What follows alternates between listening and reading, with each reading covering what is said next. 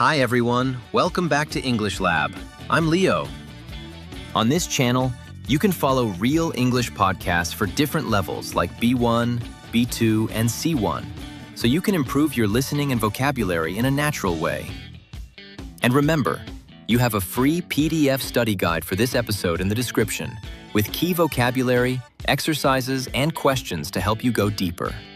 Language learning can be lonely. You study alone. You feel alone. But here is the truth. In the next 12 minutes, you will discover why a cup of coffee with a friend is more powerful than 10 hours with a textbook. Today, I'm not alone. Anastasiia is joining me for this conversation, and together we're going to explore this topic. Are you ready? Let's go.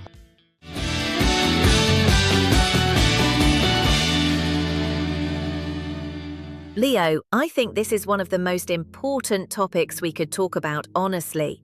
Language is not just grammar and vocabulary, it's connection, it's relationship. And when you learn with real friends, everything changes. Everything. I completely agree. But I notice a lot of learners don't prioritize friendship while learning English. They see it as secondary to their studies. Why do you think that is?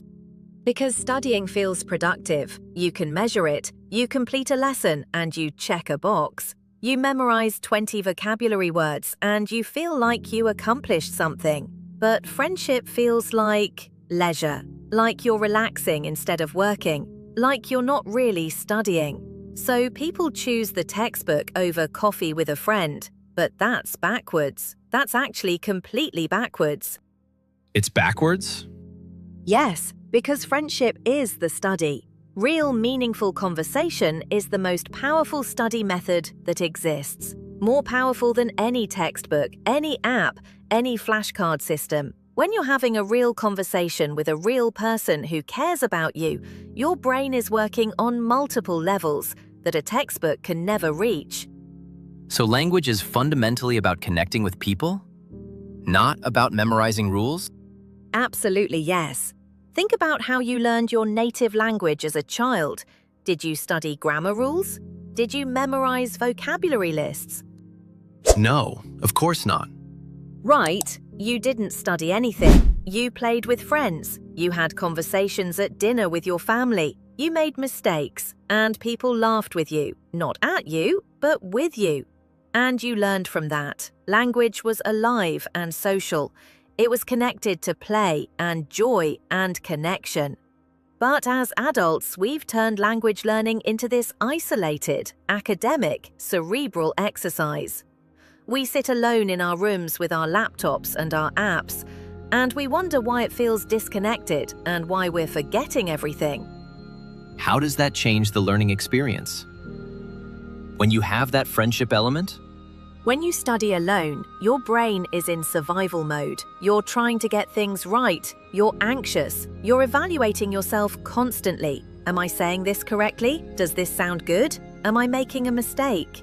Your brain is stressed. It's focused on not failing. But when you're with a friend, your brain relaxes. You're focused on the person and the conversation, not on being perfect. You're focused on being understood and understanding them. That's when real learning happens.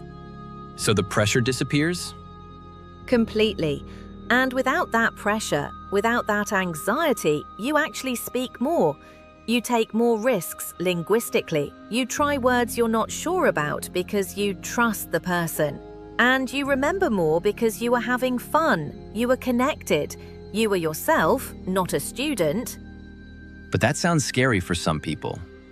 How do you transition from, I'm doing a language exchange, to, this is actually a real friendship? That feels risky. It does feel risky, and I understand that fear. But the difference is actually very simple. A language exchange partner is a transaction. You teach me Spanish, I teach you English. It's formal, it's scheduled, it has a purpose. An actual friend is a person you enjoy spending time with, regardless of language. You like them, you want to know them. You're interested in their life, not just their language. So the intention is different from the very beginning. Yes, completely different. With a language exchange partner, your goal is practice my English. You're using them to practice. With a real friend, your goal is spend time with someone I enjoy and learn about their world. The English naturally happens in the background because you're communicating, but it's not the purpose. The person is the purpose. How do you find those people? Where do they come from? Because that's the practical question people ask. Anywhere, really. Online communities, hobby groups, classes, work, meetups, apps designed for making friends. But the key, and this is crucial, is you're looking for people you genuinely like, not people who are useful for your English learning. You're looking for real human connection. You're looking for someone whose company you enjoy, regardless of language. And that real connection is what creates the magic? The accelerated learning? That real connection is what creates the motivation. It's what makes you want to keep learning, keep improving. Because you're not learning for a grade or a test or to reach some arbitrary level. You're learning because you want to understand your friend better. You want to share more with them. You want to be part of their world. You want to joke with them without a dictionary. You want to understand their sense of humor. That motivation is powerful. Before we take a pause, one more question. Isn't that slower than intensive studying? If I'm spending time with friends, am I progressing slower than someone grinding vocabulary lists? Slower may be for vocabulary lists, yes, but faster for actual ability to communicate. You'll reach fluency faster because you're using the language in real situations with real people. You're not stuck in textbook English.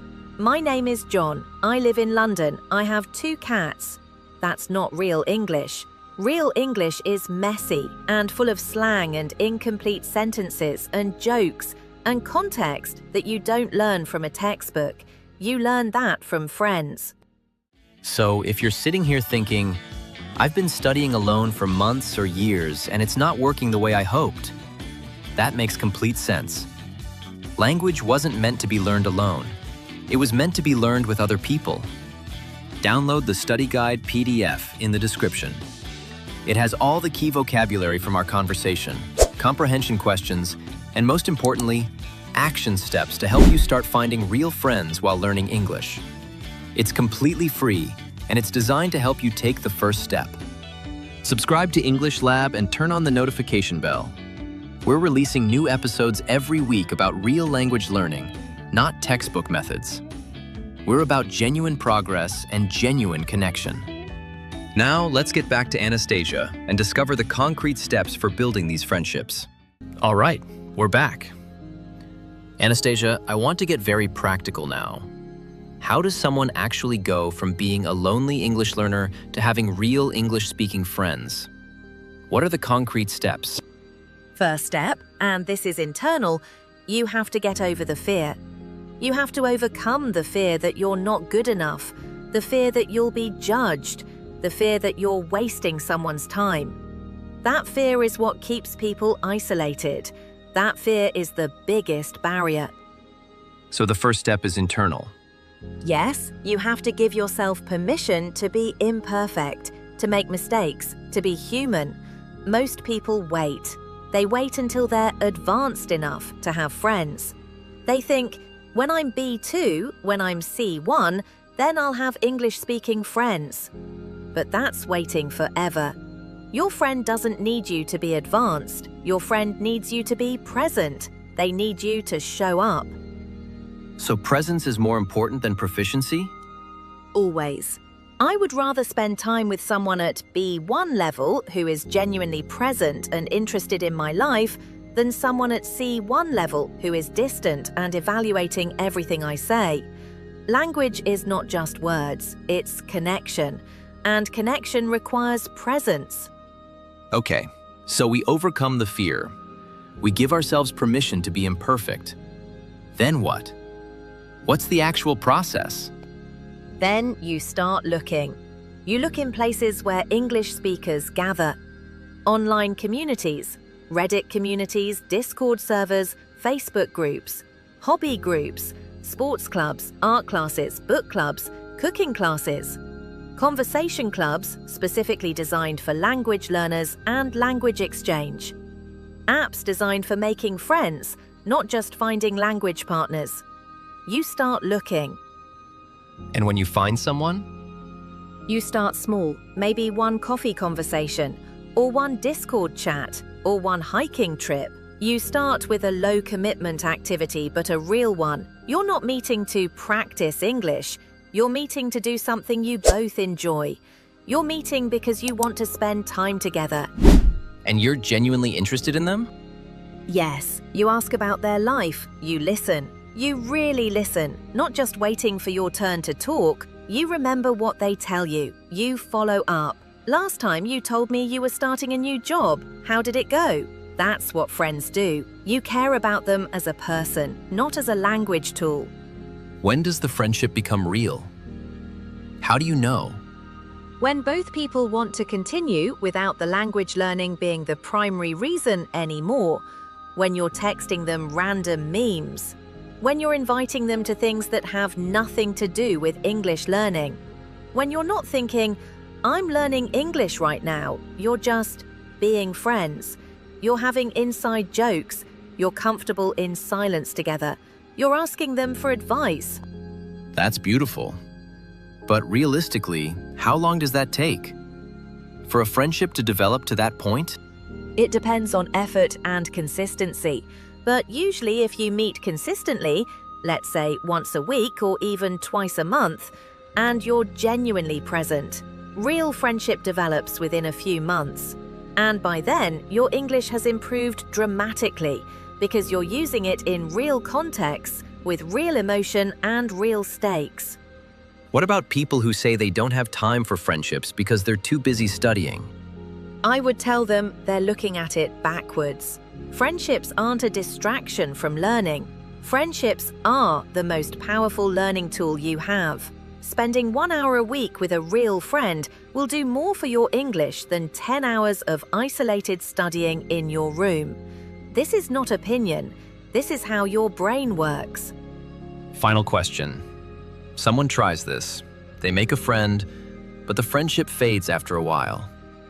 What went wrong? Usually one of two things. Either they stop showing up. In the beginning, they're excited and they follow up regularly. But then life gets busy and they disappear for weeks. And when they come back, the momentum is gone. Or the friendship was never real from the beginning. They were using the person for English, not genuinely interested in them. And the other person felt that. People can tell when you care about them versus when you're using them. So it's like any friendship. It's exactly like any friendship, because it is a friendship. The English is just the vehicle.